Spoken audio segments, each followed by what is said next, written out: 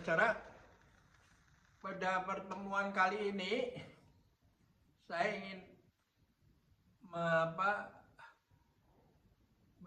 menyampaikan kesimpulan yang penting, ya, yaitu belakangan ini saya akan membuat serial tulisan dari Pak Ciumardi Astra, ya toh, lalu dari rektor-rektor yang lain, ya toh, Rektor Universitas Kristen Satya Wacana, Universitas Paramadina, ya. Lalu ada tulisan dari Yudi Latif dan dari Rocky Gerung.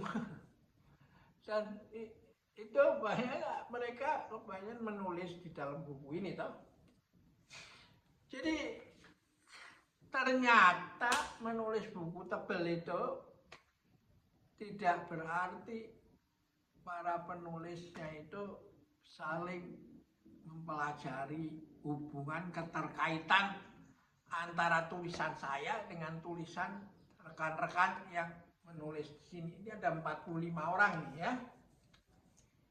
Semua. Jadi mereka itu semua hanya seperti pasang booth di sebuah pasar dan dia hanya menjaga boothnya sendiri itu. Karena konsepnya itu, pendidikannya itu ekosentris itu, antroposentrik. Ya, belum nyampe kepada antropokosmik. Ya. Nah, dampaknya apa itu? Ya ternyata itu tulisan Rocky Gerung isinya match sama tulisan dari Ciumardi Astra, match sama dengan tulisannya dari Satya Wacana, ya. Lalu match dengan tulisan dari Firman Syah, ya dah, yang dari Paramadina almarhum, dah. Dan lalu juga dengan tulisan dari Yudi Latif. Jadi itu saya mau menjelaskan pada saudara,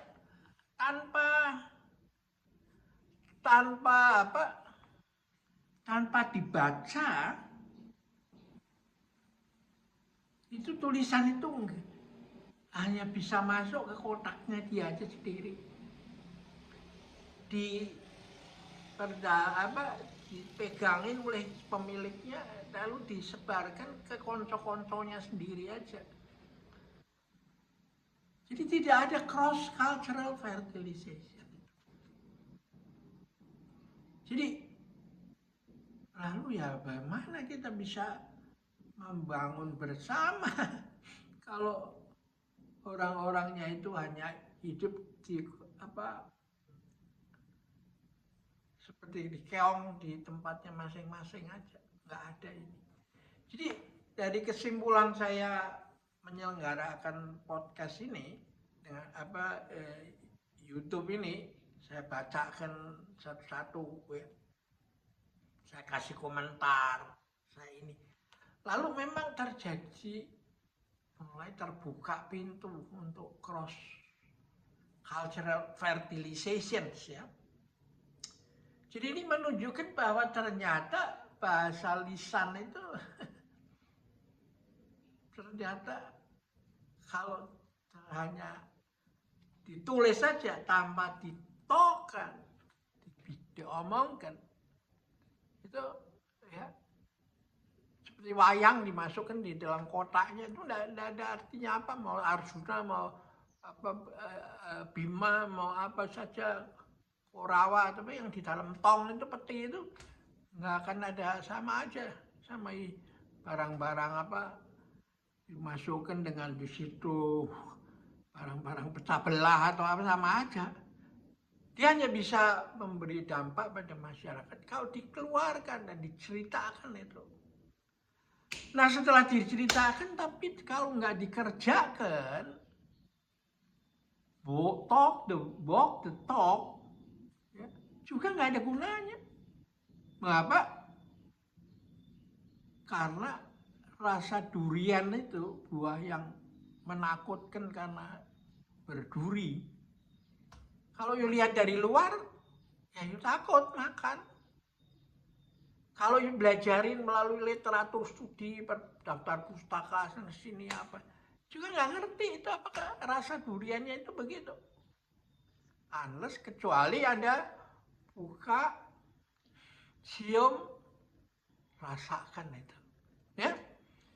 Jadi pentingnya budaya dengan adanya teknologi kita bisa membuat YouTube ini adalah di sini menurut saya. Gitu? Jadi Anda bisa jelaskan itu. Tapi Anda kalau setelah makan Anda menjelaskan. Tapi si pendengar itu kalau dia nggak pernah mencoba juga, hanya Anda kasih slide itu ceritakan rasanya manis, baunya begini, dia nggak ngerti itu, ya toh? Kecuali dia ngikut kita makannya sendiri nyobain. Jadi dari nol, angka nol dipecahkan. Jadi pentingnya wisdom dari Chinese itu, Lao Tzu itu mengatakan setiap hari satu langkah meskipun perjalanan masih ribuan li. Ya. Jadi kalau yang nggak pecahkan menjadi satu, maka nggak bisa diperbarui menjadi 2, 3, 4, 5. Jadi ilmu aja ada di otak aja, nggak keluar, nggak bisa berkembang, nggak bisa tumbuh. Ya. Biji hanya ada di dalam toples, tapi nggak dikeluarkan, diletakkan, campurkan dengan tanah sehingga tumbuh itu. Ya, nah yang penting lagi adalah kalau itu ceritakan kepada penggemar makan durian, hasilnya kesimpulannya nggak pernah sepakat itu. Nah itu oleh orang zaman dulu tahun 600 tuh sudah ada satu gambar kaligrafi yang dilengkapi dengan gambar sebuah kentong isinya anggur dan dikelilingi oleh Buddha, Siddhartha Gautama, Lao Tzu sama Konfusius.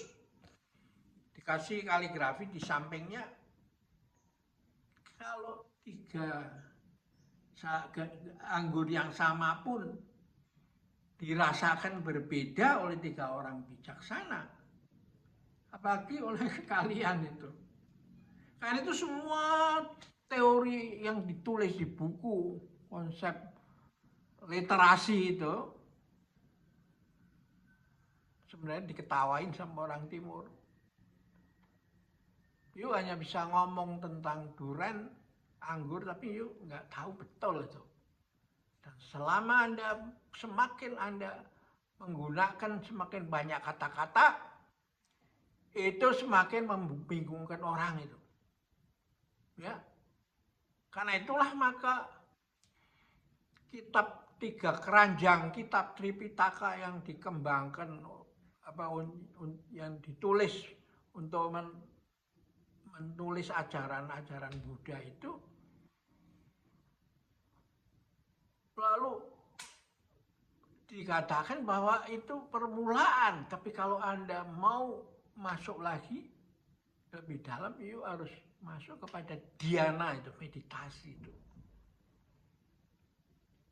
Memahami itu dengan hening gitu. Ya. Di India berkembang menjadi dhyana. Nah, di Tiongkok menjadi Chan. Ya. Sama tujuannya memahami dengan hening. Meresapkan apa yang Anda baca. Tapi Anda harus baca dulu. Kalau Anda nggak baca, ya apanya yang Anda renungkan kan? Jadi kitab tetap penting, tapi itu hanya entry point untuk selanjutnya diperdalam menjadi meditasi itu. Sampai kepada doa hening. Ya. Jadi hanya dengan Hening itu, air yang keruh itu, kolam yang airnya keruh itu mengendap. Lalu kita tahu, oh ikannya di sini yang mau kita cari. Kalau Anda nggak lakukan cara gini, nanti yang terjadi apa? Anda hanya seperti orang di dalam ruangan gelap, disuruh menangkap kuda hitam, ya, sehingga Anda nggak tahu kemana. Anda kebentur-bentur kepala Anda sendiri. Ruang yang gelap, mencari, menangkap kuda hitam itu. Gitu.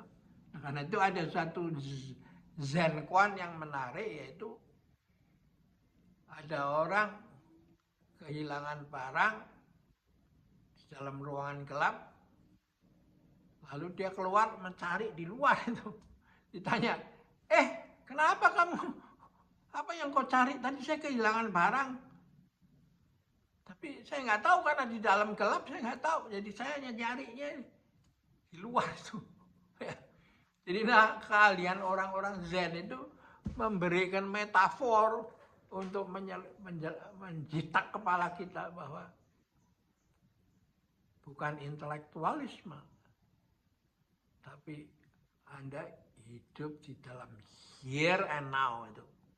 Anda menjadi just a part of the mighty whole.